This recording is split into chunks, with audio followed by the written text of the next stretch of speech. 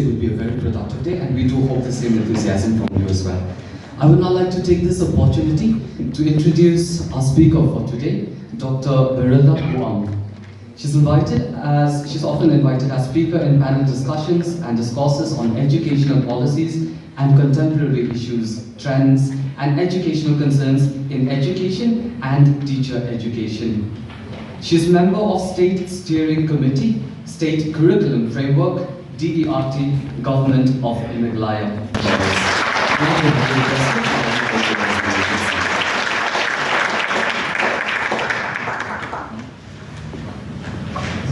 To have you here.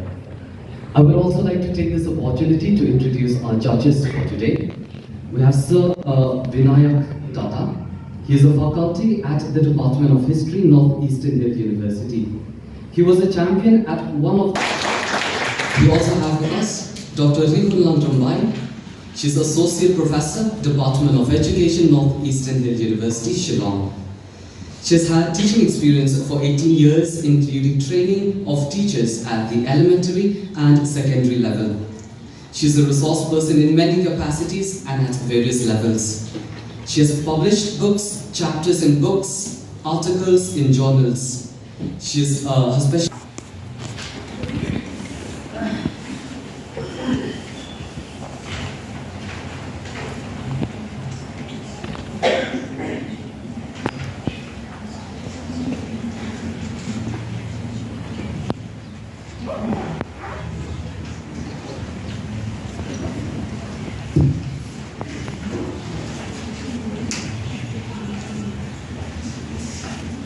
All right, so very warm good morning to Madam Principal in charge of the College of Teacher Education, PTT Shillong, to Madam Dr. Mrs. M.A. Jirwa, a senior faculty of the College of Teacher Education, PTT Shillong, to Madam Swear, and then we have Madam Kalmi, and also the teachers representing and accompanying the debaters representing from the colleges. Not forgetting this opportunity. Madam Kalmi, to you too, Dr. Vinayak, and Madam Rihun, Madam Rihun. I hope I have not missed out anyone, and if I have, please take it as it's inadvertent. Well, I could not stop myself from saying a few words of appreciation to the principal in charge, Madam Tongper, and then to Madam Jirwa as well, and the organizing committee of this debate competition. Well, it is one of the activities that you have organized to commemorate as part of commemoration of the Diamond Jubilee of the prestigious, esteemed College of Teacher Education, PTT Shillong. Thank you so much for deeming me fit to take on the role of the speaker.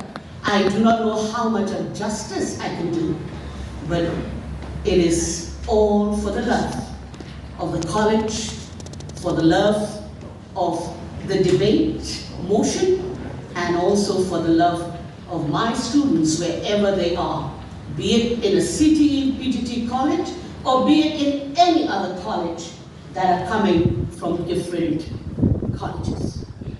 Well, respected participants, good morning to you too.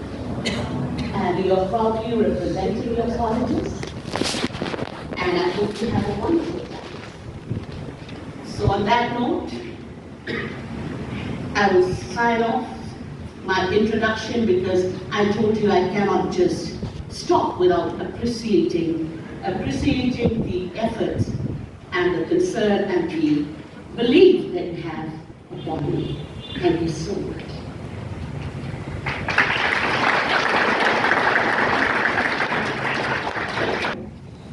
At the very outset, I would like the participants.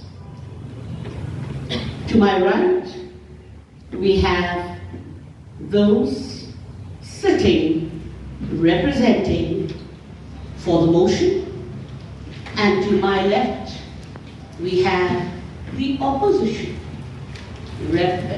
talking against the motion. We also have the timekeeper, and I need a lot of support from you because time is the essence and time is crucial. I also, the judges, this is a time that we have to set on and make the ball rolling. So at the very outset, I said, let us have the introduction first from the Treasury bench. Please take your place and tell the college your name, the college you're representing, and what are you currently.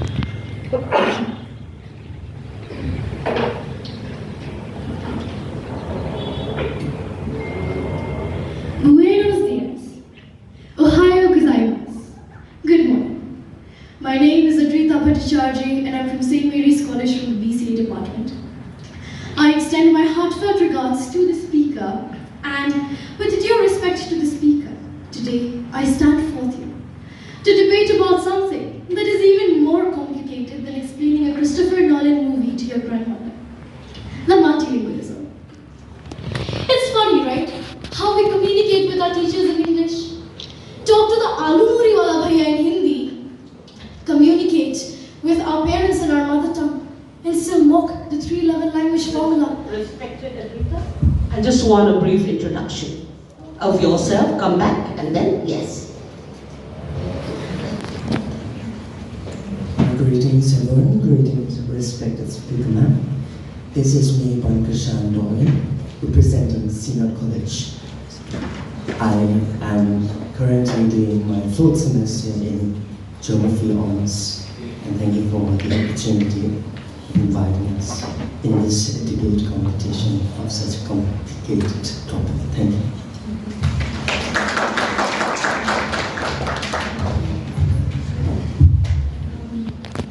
Good morning, respected Madam Speaker.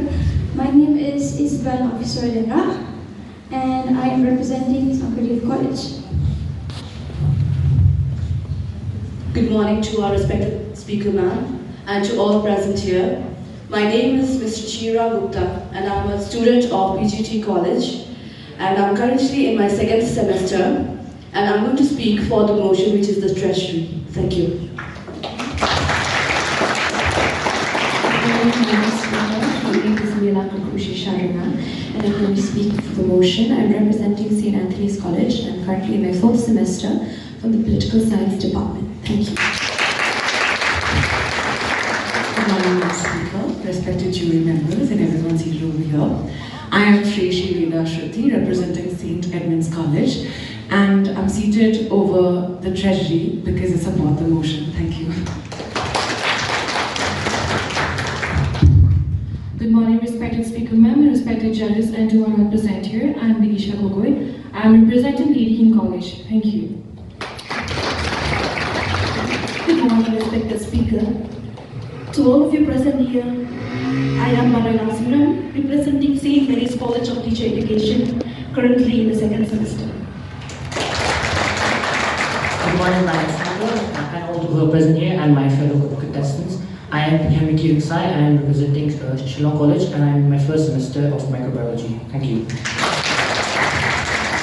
So, the members representing the Treasury bench have just introduced. Now over to you, members representing the Good morning, one and all present here, respected jury members, respected speaker ma'am, wonderful teachers, lovely peoples over here. My name is Beena Sharma. I'm representing Lady King College, and today I'm here to break the notion, of course speaking against the motion. Thank you. Very good morning to everyone present out here, the jury members, the teachers, the supporters, the students, and to you respected speaker ma'am. My name is Julian Ethan Chupali Gopala, and I am here representing St. Anthony's College. Very good morning, everyone, respected judges, teachers, respected speaker ma'am, and all the audience and the proposition members here. I am Sanjana Rani from St. Edmund's College, currently studying English from the 4th semester. Very good morning to respected Madam Speaker, dear judges, all the teachers present here, and to all the audience who have come to watch us. I am Sagar Sharma and I am representing CTE PGT College, and I am going to present my view against the motion. Thank you. Very good morning, respected speaker ma'am, dear judges, my fellow participants and my dear friends. My name is Speaker Dari Basanchriya and I am representing St. Mary's College of Teacher Education. I am currently in the 2nd semester. Thank you. A very good morning, Ms. Speakers. My name is Baskimla Nkoi. I would like to wish you everything present here, that we are do our best, and then I am speaking here for against the motion. Thank you. A very good morning to our respected speaker and everyone present here today. My name is Nuala Roy Karpan Wajri, representing St. Mary's College, and today I will be speaking against the motion. Thank you. Good morning, respected speaker, fellow debaters and everyone present here. My name is Manuel Shembrangha, a 4th semester BCA student representing Sinan College, and I hereby stand against the motion. Very good morning, respected speaker ma'am, respected judges, my fellow competitors, and everyone present here. My name is Frankie K. Lamangashna, representing Sankadev College 4th semester Department of Chemistry, and I hereby stand against the motion. Thank you. Thank you so much, participants representing. Then I will declare the motion, which is known to you. But before that, let the timekeeper as well introduce herself.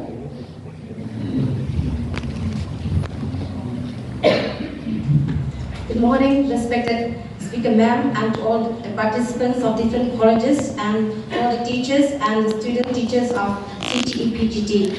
As a timekeeper, my name is Kriti Narendatiam. I am a student teacher of CTE PGT College. So as a timekeeper, I'm trying to do justice according to the time allotted to you. Thank you. Respected judges and respected participants, here are the rules of this debate. The criteria. Participants will be judged on the following criteria: delivery, content, audience response, organization, and clarity. I repeat, bear this in mind: delivery, content, audience response, organization, and clarity. Time. A duration of 5 minutes. 4 minutes plus 1 minute will be given to each debater. 4 minutes of regular time, and then you have 1 minute. So on the expiry of 4 minutes, a bell will be indicated. And from hearing the bell, know that you have 1 minute. And I would like to urge upon the participants, respected judges, take note of this, that they have to abide by this time that is allotted. And respected judges, overtime means a negative marking. If they exceed the time that has been allotted, note that the negative marking will be there and the decision will be left to the judges to decide. Number 3, addressing the speaker. Participants must address the speaker before each point of argument. You cannot just throw open your point of view. It has to be addressed to the speaker. Take this as an opportunity to develop a bit, maybe one point, crucial aspect of debate. Decorum. Participants must not address their opponents by name. Slander will not be tolerated.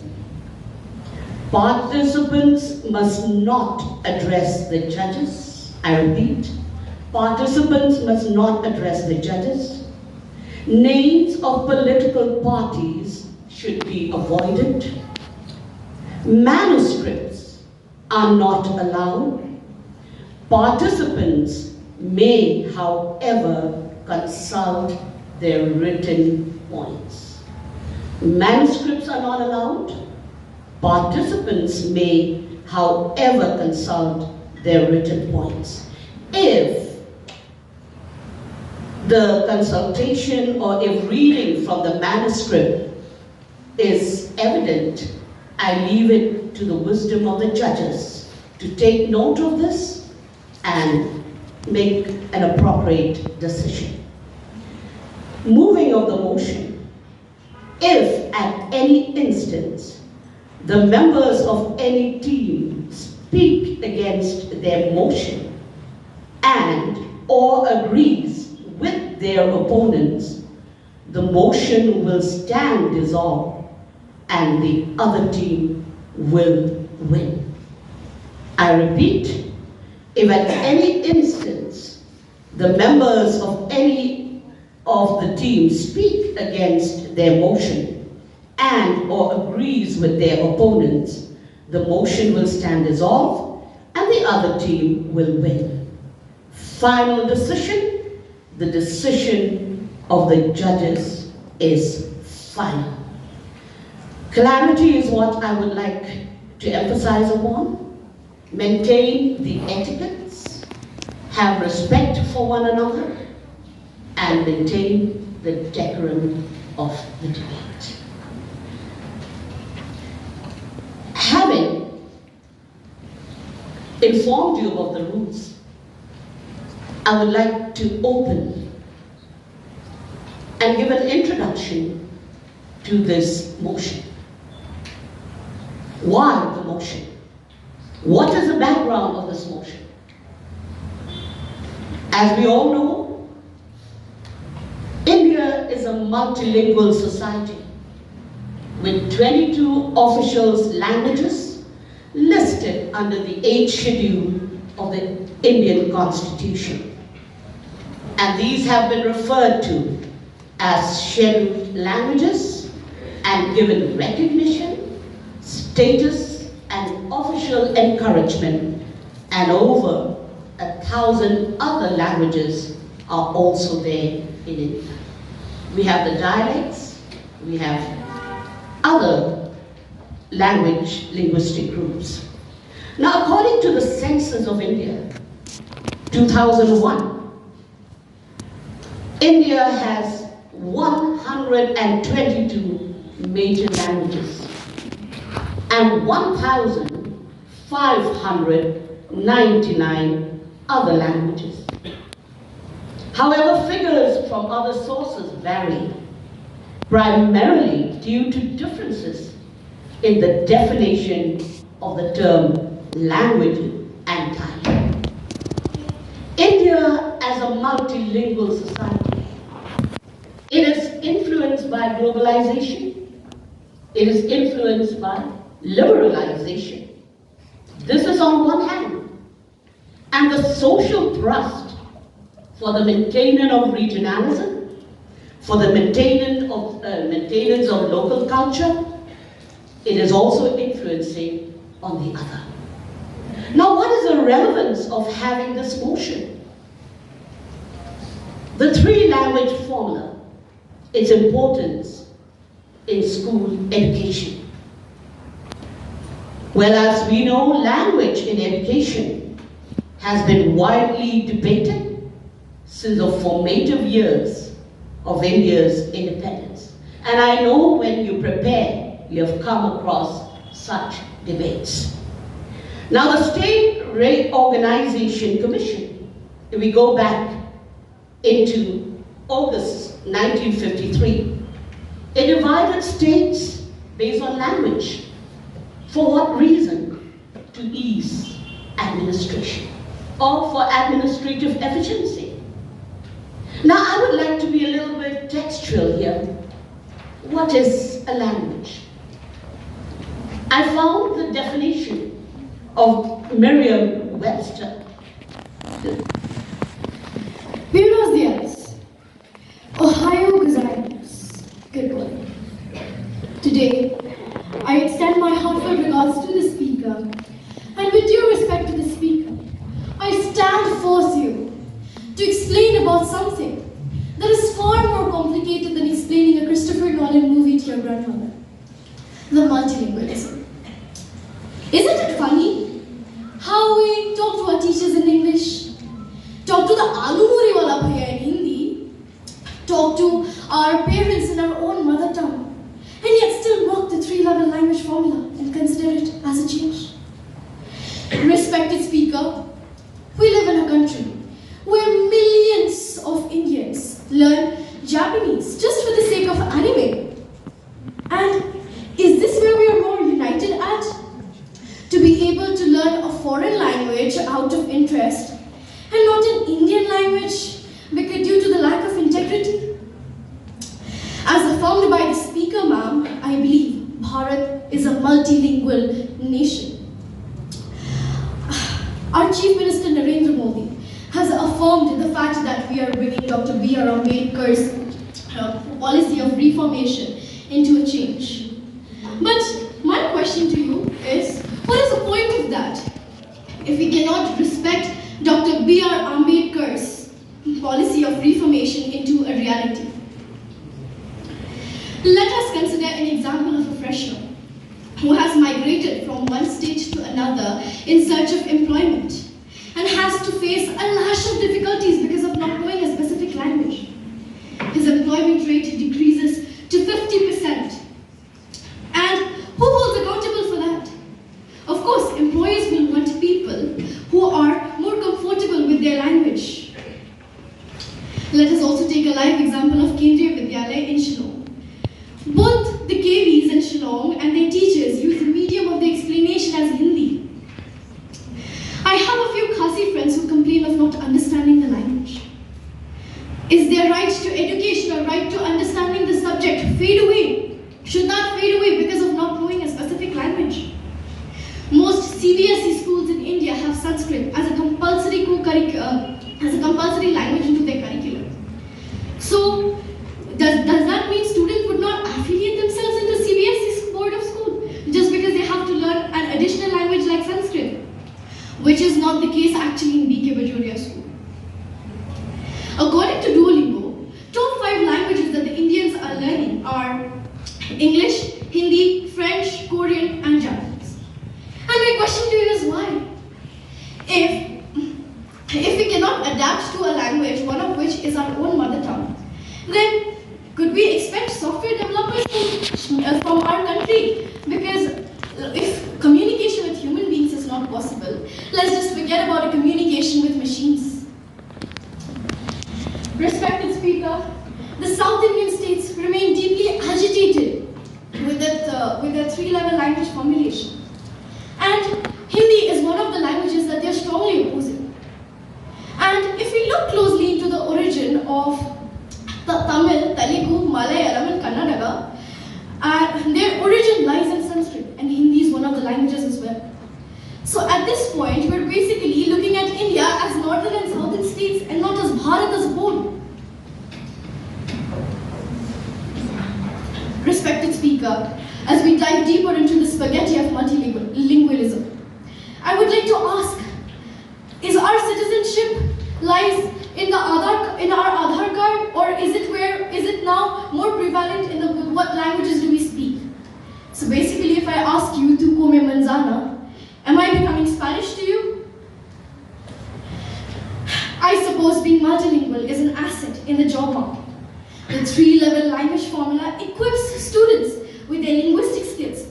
getting to work in workplaces. While including a regional language helps us understand a cultural identity and our regional integration further, adding English as an international language fosters us for our global communication and collaboration, which is widely used in business, science, and technology. Students should have an open mind, willing to learn new things. If we start pampering their mental ability, they will never learn how to challenge their mental ability in the near future as well. While India's Prime Minister looks for Atmanirbharta, today's we'll only witnessed a crippled, insecure, and unemployed youth. Thank you.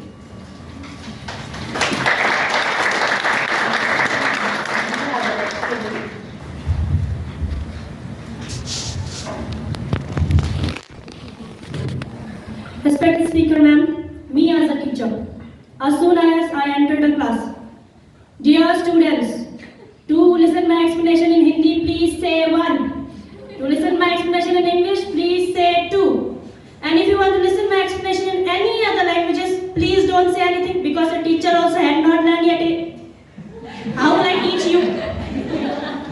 Respected speaker ma'am, 3 language in school, they say it's a must. Let's break it down, why it's a burst. 1, 2, 3, a linguistic overload. Let's streamline the flow and lighten the linguistic load. A very good morning to one and all present here. This is Beena Sharma representing Lady King College. Today standing here to break the notion, of course speaking against the motion that 3 language formula is not so important in school education. I mean, yes, let's not make the children cry, and I'm here to tell you the reason why. Respected speaker ma'am, let's imagine I'm a teacher in Meghalaya. So, being a teacher, if 3 language formula is there, I have to teach my student in Hindi, in English, and any other local language. If it's Hindi speaking state, I have to teach them in Hindi. If it's non-Hindi speaking state, I have to teach them in some other languages, which is not so practical. Respected speaker ma'am, we all know time is very precious, so let's use it wise. 3 languages daily might be a big surprise. Respected speaker ma'am,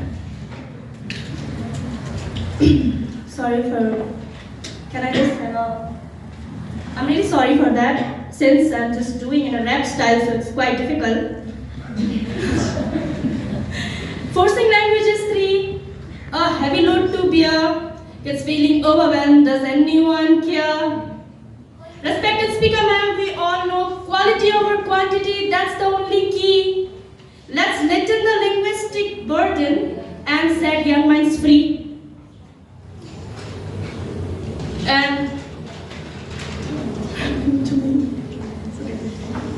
now come to some serious point.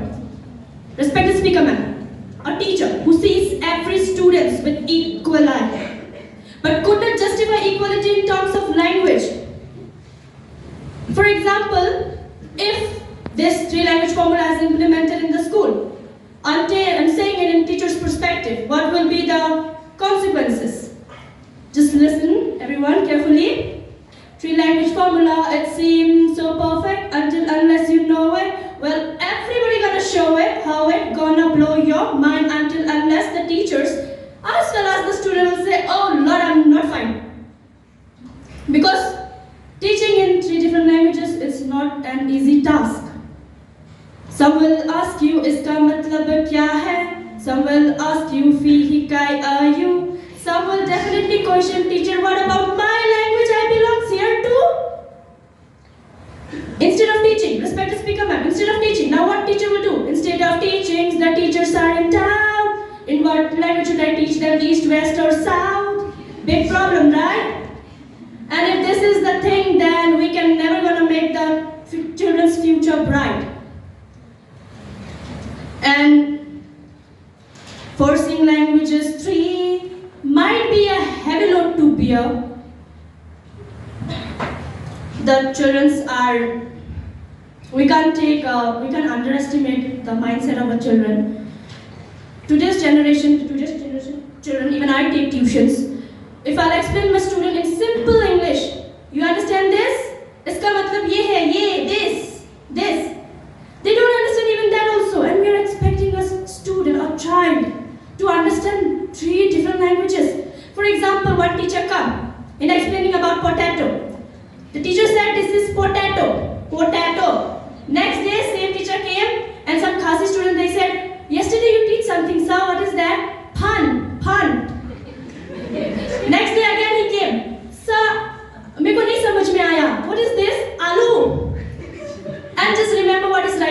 exam. Image is there. He said, Potap Hamlu.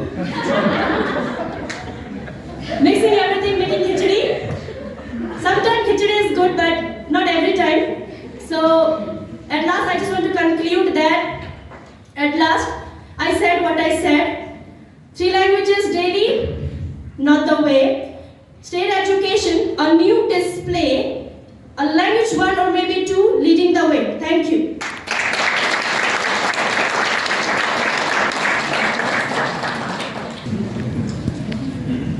Honorable Madam Speaker and members of this august House, I stand here today to speak for the motion, 3-language formula, its importance in school education. One of the fascinating things about being a student in India is that many of our classmates are bilingual. They are able to communicate and understand at least 2 languages, their mother tongue as well as English or Hindi. And many others are trilingual. They can understand and speak 3 languages, their mother tongue, English and Hindi. This is in stark contrast to countries in the West like the United States and the United Kingdom, where most students can speak only 1 language, English. And very few of them are conversant in a second language, say Spanish or French. And that is only if they choose to take the second language in school. The argument of the opposition against the 3-language formula is frankly elitist. Their quest for uniformity in the medium of instruction sounds good. However, this will only benefit the rich who are able to enroll in elite schools. What about the underprivileged, those who have to go to what are known as vernacular schools in rural areas? The argument of the opposition for 1 common language of instruction is impractical in a country like India, which is multilingual, multicultural. In northeast India, many schools use English as the main medium of instruction, and they supplement this with the local languages. In northern states of India, they use Hindi and English equally as the primary medium of instruction. However, certain teachers are instructed to help out students who are unable to understand by employing their regional languages when able to do so. The members of the opposition will criticize this plurality of languages. They would call it a confusion in the classroom or a babble of tongues. But in reality, it is a blessing for students in India. It protects regional and local languages from the hegemony of English and Hindi. So how did this trilingual system come about? The first recommendation for a 3-language formula was introduced by the University Education Commission of 1948 to 1949. They drew upon the experiences of other multilingual countries like Belgium and Switzerland. And in India's earliest education policy, it thought that this approach of using multiple languages was good for the students. Although India had achieved independence in 1947, they decided not to discard English as a medium of instruction, but rather to supplement it with Hindi as well as local or regional languages. In 1968, the new education policy standardized the 3-language formula. It was implemented by the Ministry of Education after consulting with state governments. The purpose of this 3-language formula is to help students be fluent in 3 languages, English, as well as 2 native Indian languages, Hindi, as well as a regional language. The whole purpose of this 3-language formula is to ensure that no student is left behind. Now, the NEP of 2020, it has decided to continue with this 3-language formula. Why did our government decide to continue with this formula? Because research has proven that learning multiple languages help with cognitive development of a child. The opposition bench today might argue that there are not enough resources to implement this formula, that less than half of the population speak English, less than half of the population speak Hindi, or that it might cause a burden for students having too many subjects. However, as someone who has benefited greatly from the 3-language formula, I strongly refute these claims. Madam Speaker, I would like to prove before this august House today to demonstrate the feasibility of the 3-language formula. जब से मैं पहली कक्षा में थी, 10वीं कक्षा तक लेकर मैं हिंदी पढ़ के आई हूँ। इसकी वजह से मैं इंडिया में जहाँ भी जाती हूँ, आसानी से बात कर सकती हूँ। हमने वाला कि ने आर्टिकल की कितने नंबर लो, हमको अब कितने खसी ल जाऊँ, अब कई मगरों में सारों भा.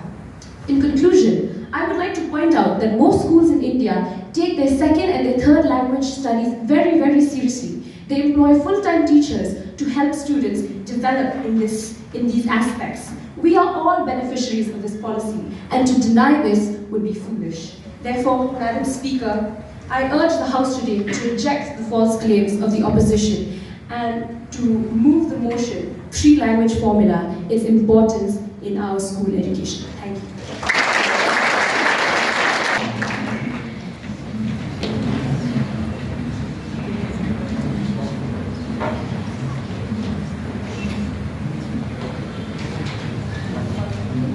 Three, two, one, stop. The three-language formula, it is nothing new. They tried in 1948, they tried in 1968, they tried in 1986, and now they're trying again in 2020. Rebranded and repackaged. But just like the new iPhones, there's a common saying, "Bahar se alag, lekin andar se ek jaisa." And the same reasons that they failed since 1948 is the same reasons that they will fail to implement right now in the 2020s.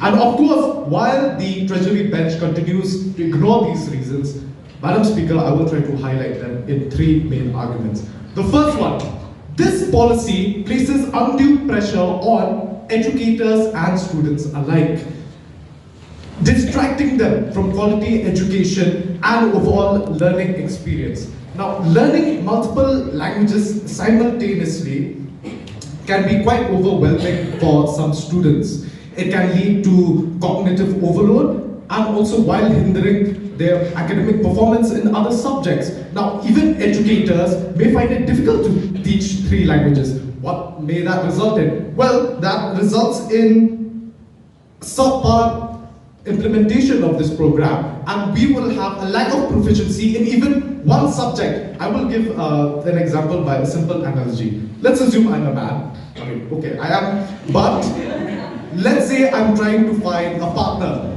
All right. Will I have more luck if I just, put all my time and effort into one person, or if I put it into three? If the opposition believes in the latter, then I'm afraid I'm going to end up with three red marks on my cheeks. Now, my second argument, dear Speaker Madam, the implementation of this policy, it somehow exacerbates existing socio-economic disparities and inequalities in access to quality education. Students from the marginalized communities, students from the underprivileged communities may face greater challenges when it comes to the three-language formula, thereby further widening the educational disparity and promulgating social inequality. Speaker ma'am, I am a person from the city. I am very much privileged to learn a lot of languages. But consider my counterpart who is studying in a rural school in Meghalaya. Here I am concerned about my own attendance, but there we know whose attendance is low. And fun fact, it's not the students. But sadly, if the opposition, the Treasury branch wants to implement this three-language formula, the sad thing is that in rural areas, we lack the proper infrastructure, we lack the proper training. So is there no hope then for our students? Well, ma'am, I would like to represent the my third argument is that there is an alternative, which is the two-language policy. Madam, I recently went to Tamil Nadu there for a debate competition, and I was quite awestruck with the infrastructural development and academic excellence that they have, which is quite greater than some non-Indian states. And of course, in the discourse of preparing for this debate, I learned that they actually have a two-language formula that was promulgated by their late Chief Minister, Mr. Anudarai. And yet, even in a state like Tamil Nadu, which only has two languages, they are much higher in the Human Developmental Index. They are much higher in the gross enrollment ratio than the national average. The GER of Tamil Nadu is at 47, while the national average is at 28. So, Madam Speaker, I would just like to urge the members of the Treasury that if they want to implement a new policy like three-language formula, then they should learn a few things from Tamil Nadu. But due to the constraint of time, I have a lot more arguments, but I would just like to highlight one more thing, is that in the financial year of 2023-24, the government of India allocated only 1.12 lakh crores, which is only 2.6% of the GDP, compared to America's 6% and UK's 4.2%. We are struggling, especially in the money that is coming to the education sector, and the opposition trying to promulgate the idea of the three language. We will have a lot of logistics issues. But madam, if my arguments weren't convincing enough to them, I would just like to add one more thing. No matter one language, two language, three language, it doesn't matter, because ultimately at the end of the day, a language can only teach you how to speak, not what to speak. So let us then urge our government to spend more on education, to instead focus more on lessening the burden of our students. There's a lot of suicide cases that we have been hearing.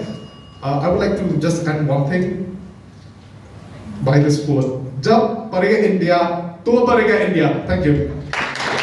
Here, on 2 occasions, there was a tendency to have violated this 5.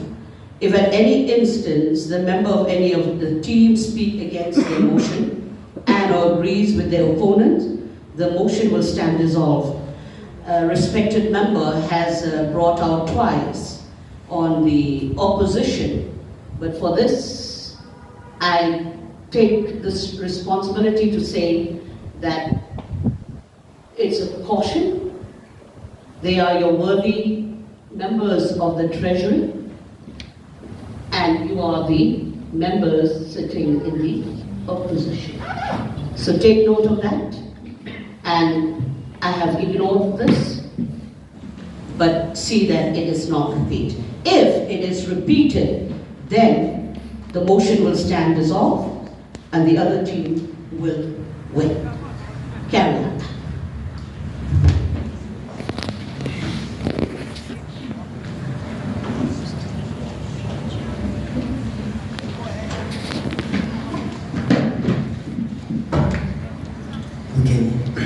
Greetings again, everyone. I express my gratitude to the Speaker Ma'am, and I stand here to support the motion, the three-language formula. It's important in school education. It is because it brought forth group identity, national integrity, administrative efficiency, and uniformity. And my first argument in favor to this motion is a promotion of regional language and cultural representation. It is such a proud moment to be able to take up a regional language to be implemented in school education, the language of our own, the language which we are so fond, and to make it our priority. And it is also very sad to see that in modern days, for instance, I'll take my own language, Ms. Khasi. It is so hard to find a Khasi person to finish his conversation or his interview or his speech purely in Khasi, because he is being influenced too much by the English language, and he tends to speak Khalish all the time. So thereby, with the implementation of this three-language formula, it will help us as native Indians to stick and be proud of our identity.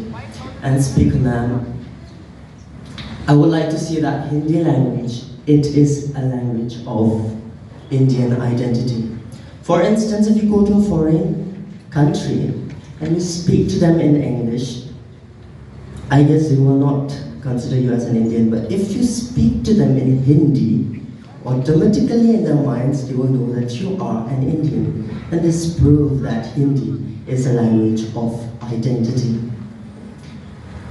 We also witness very much that these northern states of India, as well as northeastern states, are very much opposed to Hindi language because they find it challenging since they do not speak it too much.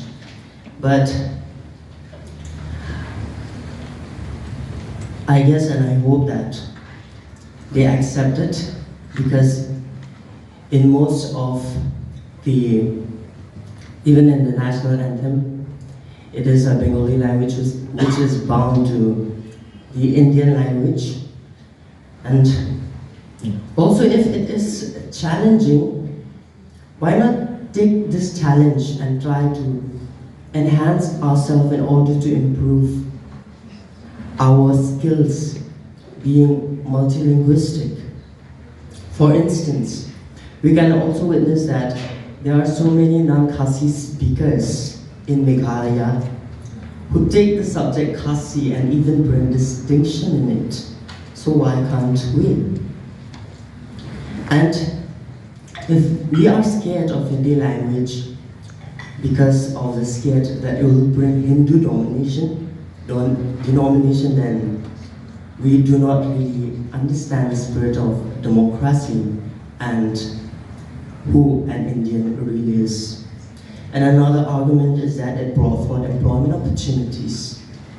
With this formula, the government needs to invest more on language teachers, and this will open up opportunities to jobs in translation, interpretation, tourism, and other fields that require cultural communications. And it also enhances personal skills enrichment, because a person who knows many languages tends to be more intelligent and smart. And moreover, Speakman, this policy, this formula is not that problematic because there is flexibility in the choice of language. And the NNP also emphasized that there should not be any language to be imposed in any state. So thereby it enhances great flexibility to bring about cultural understanding and natural integration. I would like to end up my argument here. Thank you very much.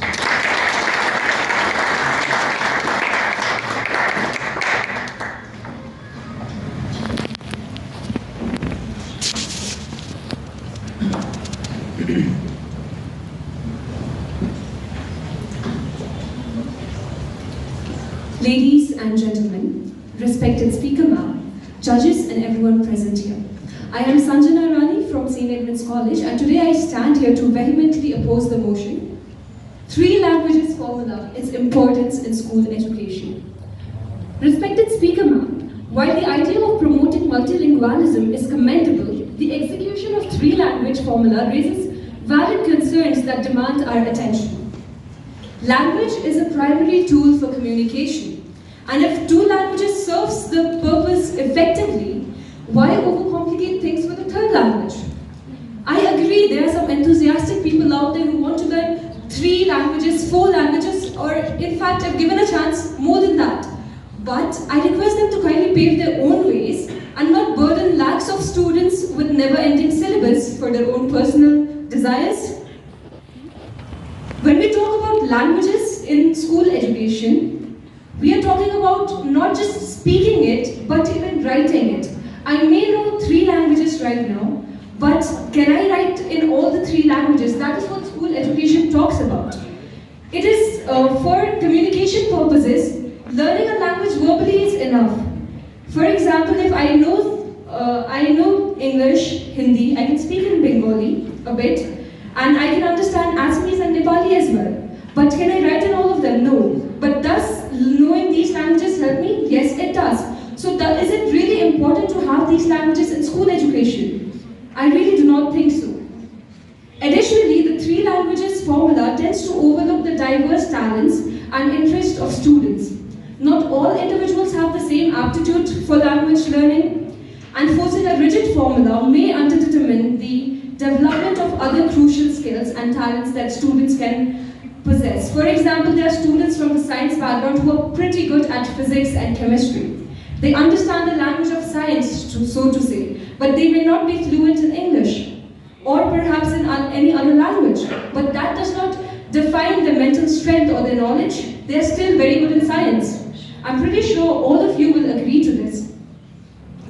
And in many schools in Meghalaya, including mine in the school I studied, the choice of a 3rd language revolves only around Khasi. If you're talking about 3rd language here in Meghalaya, we know Jaintia is there, Garo language is there. All those are also predominant in Meghalaya, yet the choice around the third language revolves only around Khasi. And in my school, we had Khasi and alternative English for the ones who do not want to take up Khasi.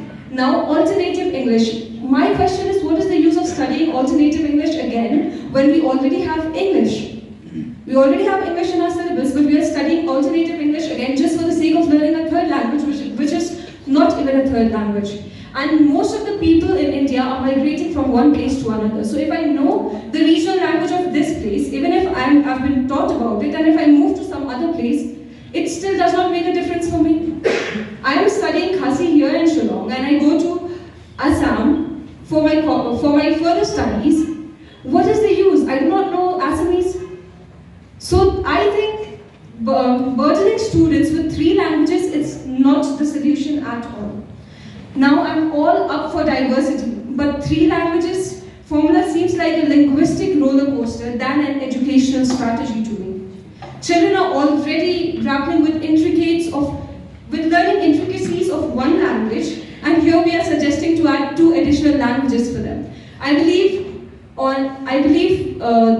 quality matters over quantity. So why not we excel in learning one language rather than focusing our interest on all the other languages? Lastly, to conclude, I would like to quote from the movie 12th Fail by Vikrant Massey. He says, He says, language is simply a means to an end and not the end. So it is not all about language, it is about your understanding and it is about your knowledge. Thank you so much.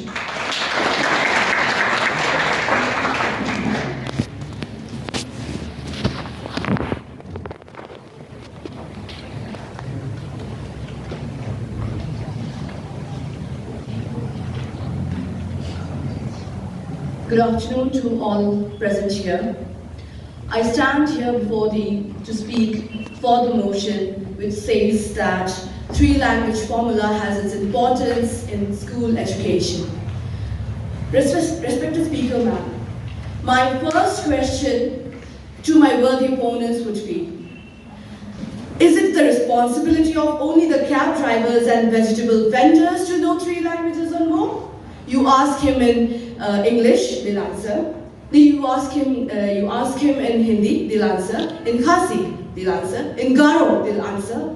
So why are we giving the responsibilities only to them and not to the children who are already aware of their languages right from the beginning of their intellectual start? My question to my worthy opponents is also the same, that if they have siblings at home, have they forgotten that they watch K-dramas and Japanese movies all throughout the day and sing along with them? So isn't it a very important factor that they also should give them the opportunity to learn Indian languages? Respected Speaker Ma'am, I would like to highlight the point that Indian languages have been an integral part of Indian Constitution. And Constitution gives the right to learn as many languages as we want. It is not imposing any language to any child. In fact, it is giving the child the liberty. I repeat, my worthy opponent should note, it is giving the liberty to the child to choose languages as per their interest. Respected Speaker Ma'am, I go back to the history where the Kothari Commission and other commissions were held. When the commissions were considered, they kept 3 languages, particularly because the pedagogical sources have proved that a child can accommodate many languages right from the beginning of their school education. So isn't it a very vague subject that they are saying, that they are talking about is they cannot learn, it's overburdening? In many educational boards, 3 languages have already been implemented and we have seen that they have excelled in life. So what happened if they learned 1 extra language? Where is the deficiency in their career? Respected Speaker Ma'am, I would like to oppose one of our worthy opponents who have talked about how can a person have three partners? Partners can also be daughters and sons.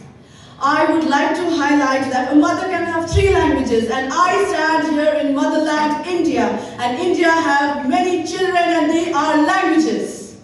So how can they have three partners and get three slabs when I can say we get multiple blessings from India? India, my respected speaker ma'am, one teacher does not teach all the subjects. Initially, when we were into school, we did have few teachers teaching few subjects.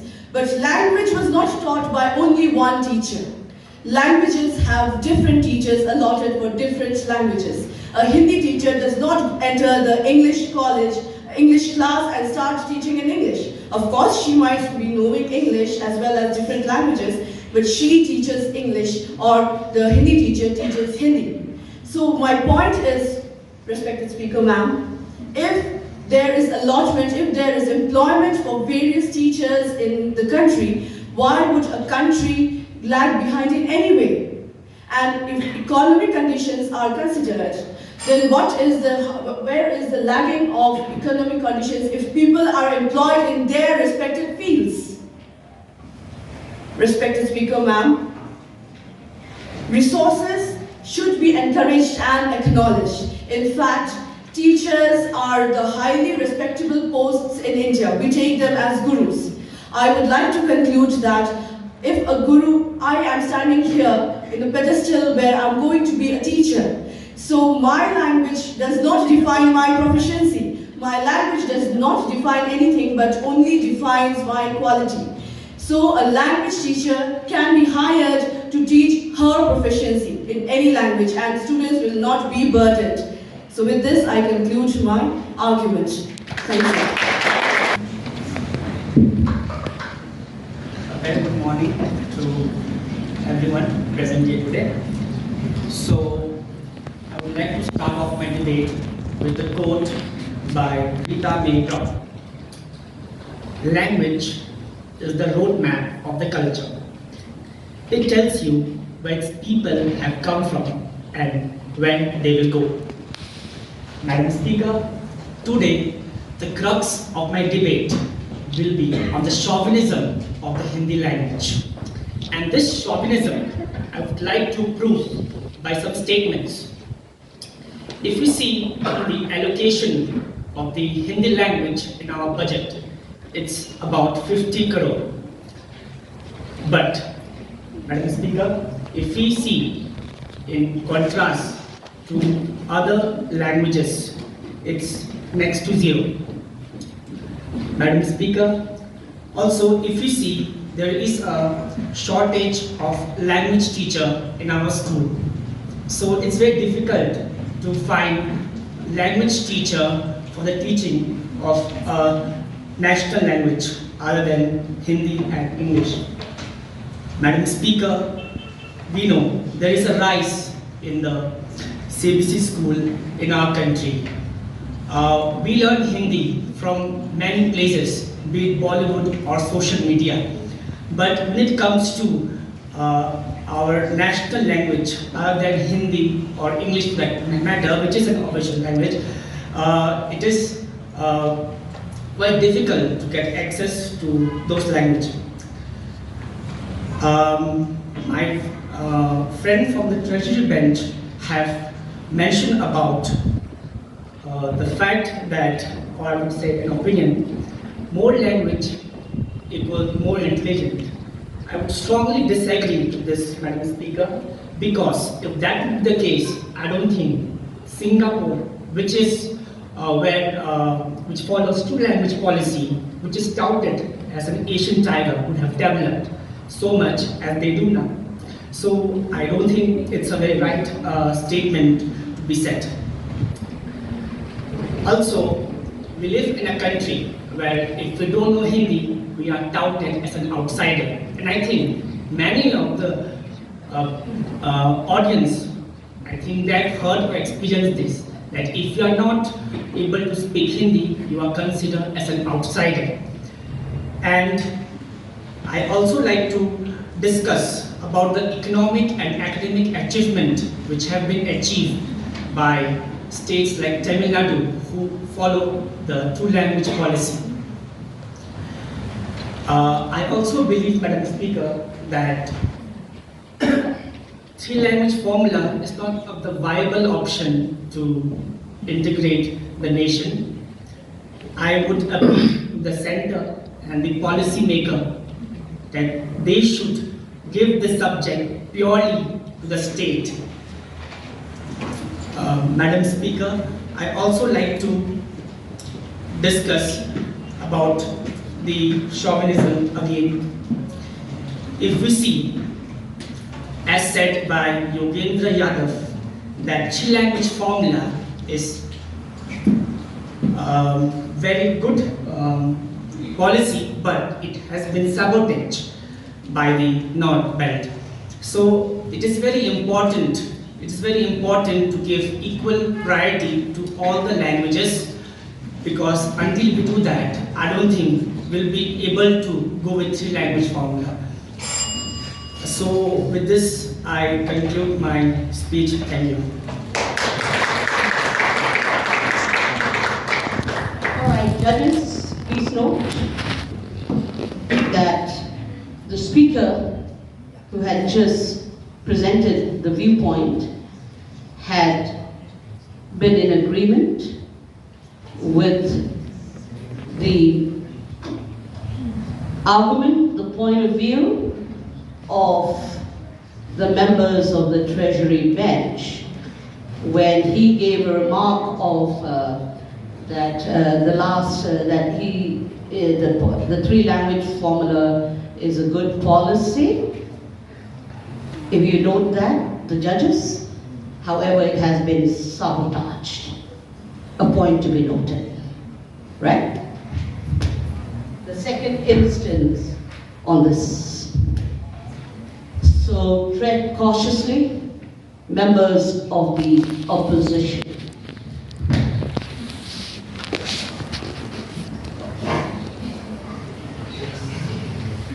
Good afternoon, moderator, madam. I am here to speak for the motion that is three language formula, its importance in education. So what is this three language formula? The three language formula says that non-Hindi speaking states, children will learn Hindi, English and their regional language. And in Hindi speaking states, they would have to learn Hindi, English and an Indian language. And this three language formula is not a new proposal. It was duly incorporated in the first education policy in 1968. And Madam Speaker,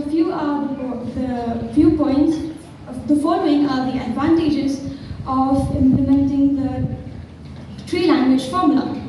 Point number one is linguistic diversity and cultural preservation. The three language formula, it promotes linguistic diversity by emphasizing the use of regional language as the first language. The formula also ensures students to maintain a strong connection with their roots.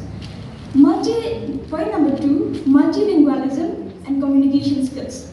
Learning multiple languages enhances students' communication skills and linguistic abilities. It enables them to effectively communicate with people with different linguistic backgrounds. Point number three, national integration and unity. This three language formula, it fosters a sense of unity and national integration among students, promoting study of widely spoken languages, typically Indian languages, typically English and Hindi, as a second language. It also enhances communication and understanding among individuals from different regions. Point number four, global competence in career opportunities. In today's globalized world, proficiency in multiple language is highly valued. Learning multiple language opens a gateway to multiple career opportunities, such as jobs in translation, interpretation, tourism, diplomacy, international businesses, and other fields that require cross-cultural communication. And last point is cognitive development and academic performance. Learning multiple languages enhances cognitive abilities such as problem-solving skills, critical thinking, multitasking, and creativity. And research also suggests that individuals who are multilingual or bilingual have better performance in academics and cognitive flexibility compared to monolingual individuals. And Madam Speaker, I have jotted down the points benched by the opposition team, that is curriculum overload. As I have mentioned earlier, that this policy is not a new policy. It goes back to decades ago, and we have been studying regional language, English and Hindi, in our school time, and we still manage it. So how would it be curriculum overload? And number two, dominance of foreign language over regional language. The implementation of this formula does not necessarily lead to dominance of foreign language over regional language. Rather, it aims to strike a balance between promoting regional identity and enabling global communication. The aim of this, the goal of this three-language formula is to equip individuals with the skills to navigate both local and global contexts, fostering a well-rounded proficiency in linguistics. In conclusion, I would like to add that the three-language formula ensures students a strong connection with their roots. It promotes inclusivity and a sense of unity among students, and also equips students with the skills and perspectives needed in a rapidly changing world. I rest my case here. Thank you.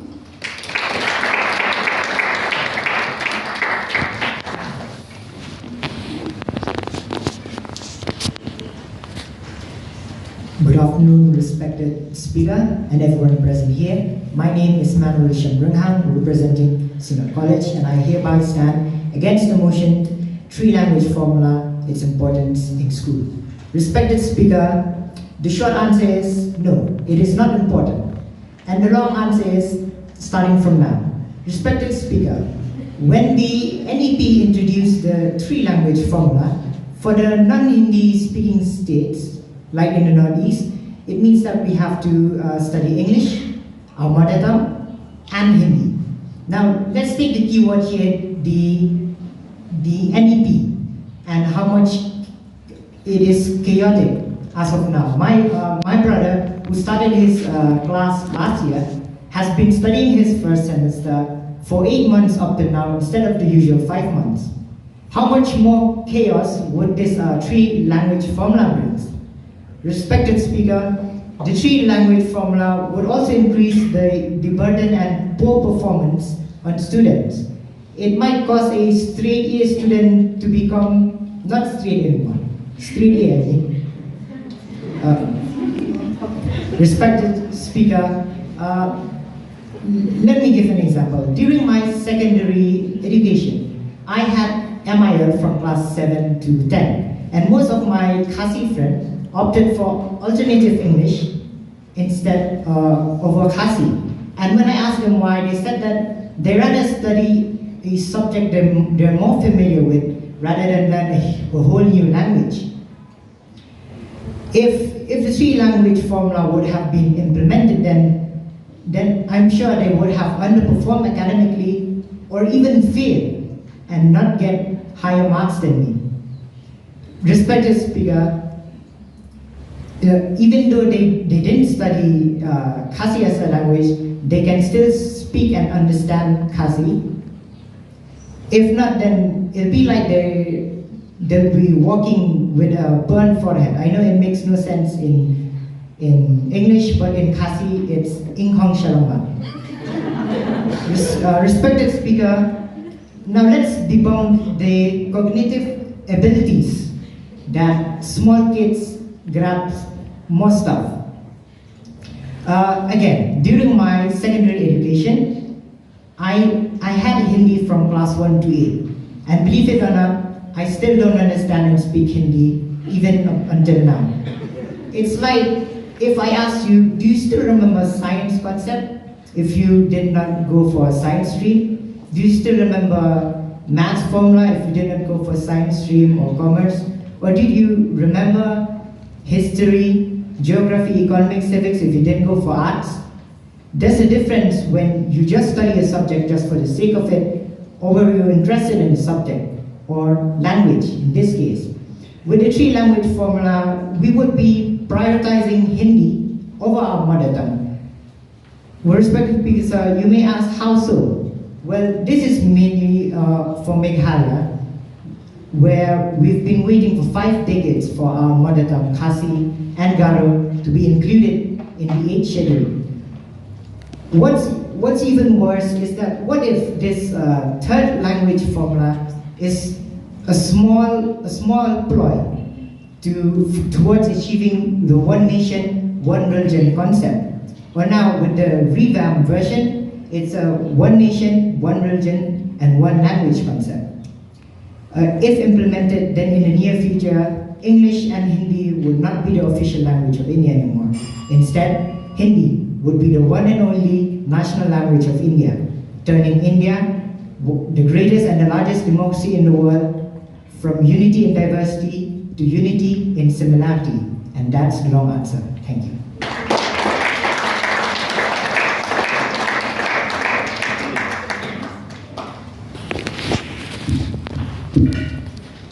A very good afternoon to all those who are present here and to my competitors.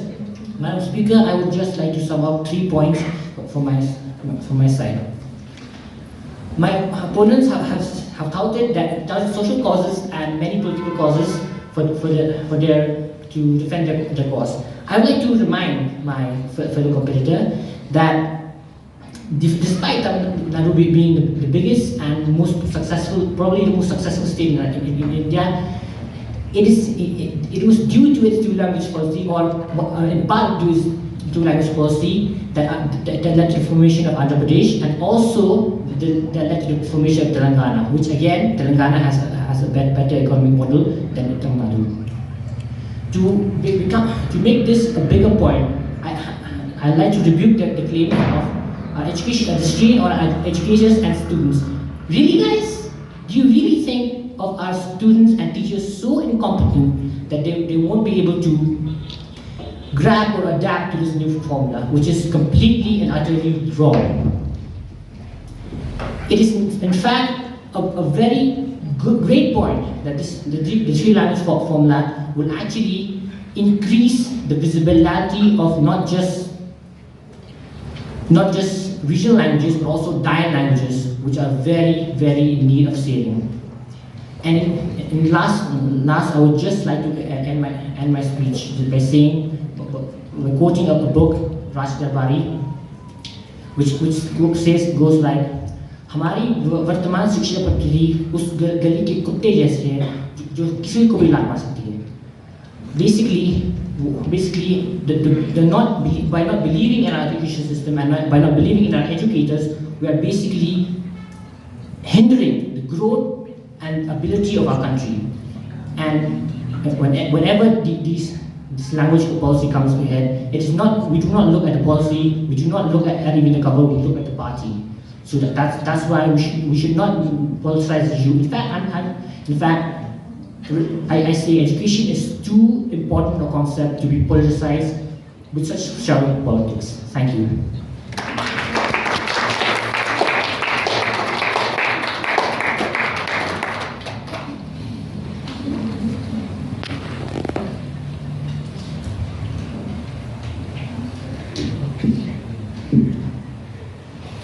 A very good afternoon, Speaker. Educational policy is a very important factor that determines the growth and development of the nation. And I stand here today to oppose this policy because it contains a number of problematic features which would make it inefficient. The policy pushes for the usage of regional languages as a medium of instruction, English as a second language, and a modern Indian language as a third language. Respected Speaker, the first problem begins with the fact that the Indian states have a very diverse population demographic. Take, for example, our state, Meghalaya. Our population consists of a number of communities with each their own language and dialects. How then can we select a regional language when so many are spoken? Will this not cause an upsurge of confusion among schools over which language to select? And what will become of the interests of the children who do not speak nor understand the language? The second problem, respected Speaker, lies with the lack of translation and the possibility of translation. There are some subjects, such as science, which are so specialized that they have a terminology and symbolism of their own. This would make it very difficult, if not impossible, to translate them all. And translations take time. Once we are done with a translation in today's world, it would have become outdated. If there is a lack of uniformity in the development of languages, we run a risk of